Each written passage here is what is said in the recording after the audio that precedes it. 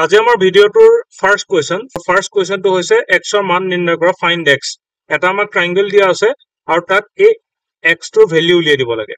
So ইয়াত আমাৰ এটা ট্ৰাইংগলৰ প্ৰপাৰ্টি অৰ্থাৎ ত্ৰিভুজৰ এটা প্ৰপাৰ্টি এপ্লাই হয়। প্ৰপাৰ্টিটো হৈছে বহিকোণ প্ৰপাৰ্টি, এক্সটেৰিয়ৰ এংগল প্ৰপাৰ্টি। তাৰ মানে যদি এটা ত্ৰিভুজ আছে এনেকে আৰু যদি কোনোবা এটা বাহুক মই যদি বাহিৰলৈ যদি বহাই দিছো, এক্সটেন্ড যদি কৰি দিছো, তেতিয়াহ'লে বাহিৰত এটা কোণ গঠন হয়। হ'ব এই কোণটো সদায় কি হয়, ত্ৰিভুজটোৰ বিপৰীত অন্তকোণ দুটাৰ সমষ্টিৰ সমান।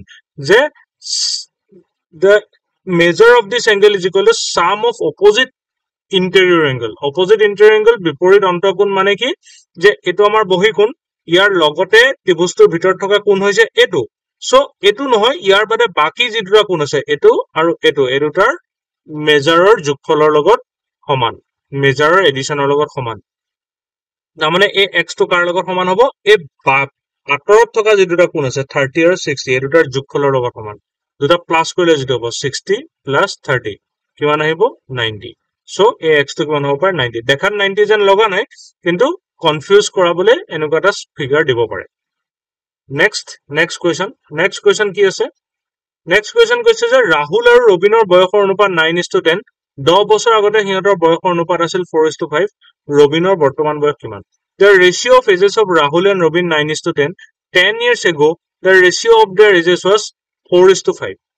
এতিয়া এনেকুৱা কুৱেশ্যনত আমাৰ যিটো কম্পেৰিজন কৰিছে, যিটো অনুপাত উলিয়াইছে, সেইটো কেতিয়া উলিয়াইছে সেইটো ইম্পৰ্টেণ্ট। কেতিয়া উলিয়াইছে? যে 10 বছৰ আগত। 10 বছৰ আগত যে কম্পেৰিজনটো কৰিছে, সেইটো কাৰ বয়সৰ কম্পেৰিজন কৰিছে? যে ৰবিন আৰু ৰাহুল দুইটাৰে বয়সৰ কম্পেৰিজন কৰিছে। তাৰমানে 10 বছৰ আগতে আমাক এই দুইটা মানুহৰে বয়স লাগিব। তো এতিয়াৰ বয়সটো আমি ধৰি ল'ম। বৰ্তমান কি কৈছে? বয়সৰ অনুপাত 9:10। তো এতিয়া আমাৰ যদি আমি ধৰি লওঁ, তো এটা কি হ'ব, এটা যদি 9x ধৰিছো, ইটো কি হ'ব 10x। ঠিক আছে, যে 9:10 ৰেচিঅ'ত দিয়া আছে, আৰু ৰেচিঅ'ত দিয়া থাকিলে সদায় আমি xত ধৰি লওঁ, 9x আৰু 10x। এতিয়া 10 বছৰ আগতে সিহঁতৰ বয়সৰ অনুপাত আছিল 4:5। এতিয়া বৰ্তমান 9x আৰু 10x 10 বছৰ আগতে কিমান আহিব? 9x minus 10। আৰু ইয়াৰ 10 বছৰ আগতে কিমান আহিব? 10x minus 10। তো এই 10 বছৰ আগতে ইহঁতৰ বয়সৰ ৰেচিঅ', তাৰমানে 9x minus 10 divided by 10x minus 10, সেইটো কিমান আছিলে বুলি কৈছে? 4:5, 4/5। তেতিয়াহ'লে ইয়াৰ পৰা আমি ক্ৰছ পূৰণ কৰিলে ওলাই যাব 5 টো ইয়াৰ ওপৰখিনিৰ লগত ইনটু হ'ব 9x minus 10, আৰু এইফালে 4 টো ইয়াৰ তলৰখিনিৰ লগত ইনটু হ'ব 10x minus 10। তো এইটো হ'ব 45x minus 50, 40x minus 40। তো এইটো 45x minus 40 minus 40 plus 50, এইটো x। তো এইটো হ'ল 5x আৰু এইটো হ'ল 10। তো তাৰমানে আমাৰ x ওলাই গ'ল 10/2, 10/5 equal 2। x ৰ ভেলু আমাৰ কিমান ওলালে? 2। x ৰ ভেলু যদি 2 ওলালে, আমাক সুধিছিলে কি ৰবিনৰ বৰ্তমান বয়স কিমান?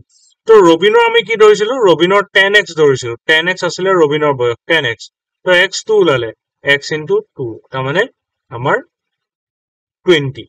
ৰবিনৰ বৰ্তমান বয়স কিমান হ'ব? 20। তাৰমানে অপশ্যন এ টো কাৰেক্ট আনসাৰ। নেক্সট কুৱেশ্যনলৈ যাম। নেক্সট কুৱেশ্যন কি দিছে? যে 455 সংখ্যাটোক 4:3 অনুপাতত ভাগ কৰে, ডাঙৰ সংখ্যাটোক কি হ'ব? 4:3 অনুপাতত ভাগ কৰিছে, তো এটা সংখ্যা ধৰি ললো 4x আৰু এইটো ধৰি ললো 3x। তো 455 সংখ্যাটোক এইটো অনুপাতত ভাগ কৰিছে, তাৰ মানে 4x plus 3x আমাৰ হৈছে কিমান? 455। তো তেতিয়াহ'লে আমাৰ কি হ'ব? 7x equal 455। x equal ওলাব আমাৰ 455/7। তাৰমানে 7ৰে যদি কাটিব, 7 6 গুণ 42, তাৰপিছত আহিব 3/5, 65। এতিয়া আমাক কৈছে যে বিগাৰ নাম্বাৰ উইল বি, ডাঙৰ নাম্বাৰটো। 4x আৰু 3x, ডাঙৰ কোনটো? 4x হ'ব। তাৰমানে 4x টো ডাঙৰ, 4 ৰ লগত আমি এতিয়া কি ইনটু কৰি দিব লাগিব? আমাৰ x ওলালে 65, 65 মাল্টিপ্লাই কৰি দিব লাগিব। তো মাল্টিপ্লাই কৰিলে কিমান হ'ব? 0, 24, 26, 260। অপশ্যন বি টো আমাৰ কাৰেক্ট আনসাৰ। নেক্সট কুৱেশ্যনটো আহিলে যে এখন ৰেল 82.6 কিলোমিটাৰ পাৰ আৱাৰ গতিত গৈ আছে, ৰেলখনে 15 মিনিটত কিমান দূৰত্ব অতিক্ৰম কৰিব? যে স্পীড দিয়া আছে, A train is moving at a speed of 82.6 km per hour. How many meters will it cover in 15 minutes? So tar speed kiman dia ase amar 82.6 km per hour. Tar mane ki yar ei statement ro meaning to hoise je train kone 1 hour ot kiman jai 82.6 km ki jai. যদি 1 hour 82.6 km যায় তেতিয়াহলে আমি কি উলিয়াম যে 1 মিনিটত কিমান যায় 1 hour মানে 60 মিনিট তো হেতু লিখি লম 1 hour লিখা আৰু 60 মিনিট লিখা একেটা কথা 60 মিনিটত কি কিমান যায় 82.6 কিলোমিটারে যায় তো এটা মোৰ কথা হল যে 1 মিনিটত কিমান যায় 1 মিনিটত কিমান যায় আমাক লাগিব যে 1 মিনিটত কি কিমান যাব 82.6 ডিভাইডেড বাই 60 কিলোমিটার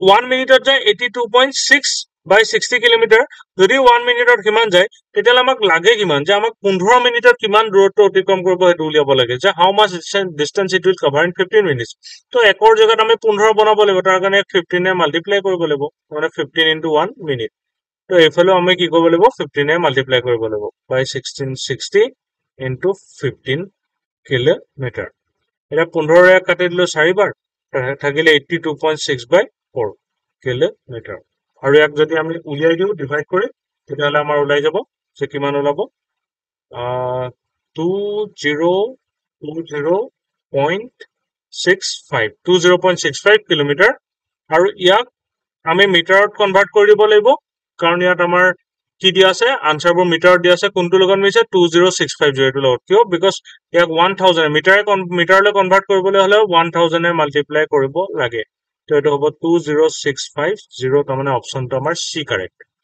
তাৰ পিছত আহিলে কোৱেশ্চন নম্বৰ 5 কোৱেশ্চন নম্বৰ 5 বল যে এটা বৰ্গৰ কৰ্ণদলৰ দৈৰ্ঘ্য √2 এটো এটা বৰ্গ আছে ধৰি ললে এটা বৰ্গ আছে বৰ্গটোৰ কৰ্ণদলৰ দৈৰ্ঘ্য আমাৰ কিমান দিয়া আছে √2 দিয়া আছে এতিয়া তাৰ কালি উলিয়াব লাগে তো কালি উলিয়াবলৈ হলে আমাক কি লাগিব বাহুৰ দৈৰ্ঘ্য লাগিব ধৰি ললো বাহুৰ দৈৰ্ঘ্য x এতিয়া এই সমকোণী ত্ৰিভুজটো যদি আমি চাও x আৰু এটা কথা x কিয় ধৰিলো যে সব বাহু সমান থাকে x সেকাৰণে এটো x হলে এটো x এতিয়া এই সমকোণী ত্ৰিভুজটো যদি আমি চাও তাত যদি পাইথাগোৰাছৰ সূত্ৰ যদি ব্যৱহাৰ কৰো যে এটো 90 ডিগ্ৰী 90 ৰ মুখে মুখে থকা বাহুডাল সদায় অতিভুজ হয় অতিভুজডাল আমাৰ কিমান দিয়া আছে √2 তাৰ মানে √2 স্কয়াৰ ইকুৱেল বাকি দুটা বাহুৰ স্কয়াৰৰ লগত সমান x স্কয়াৰ + x স্কয়াৰ বাকি দুটা বাহু মানে এটো আৰু এটো তো এটো হ'ব 2 এটো হ'ব 2x স্কয়াৰ সো এটো হ'ব 2/2 ইকুৱেল x স্কয়াৰ সো এটো হ'ব 1 ইকুৱেল x স্কয়াৰ তো তাৰ মানে আমাৰ x ৰ ভ্যালু কি ওলালে 1 তো তাৰ মানে আমাৰ বাহুৰ দৈৰ্ঘ্য কিমান ওলালে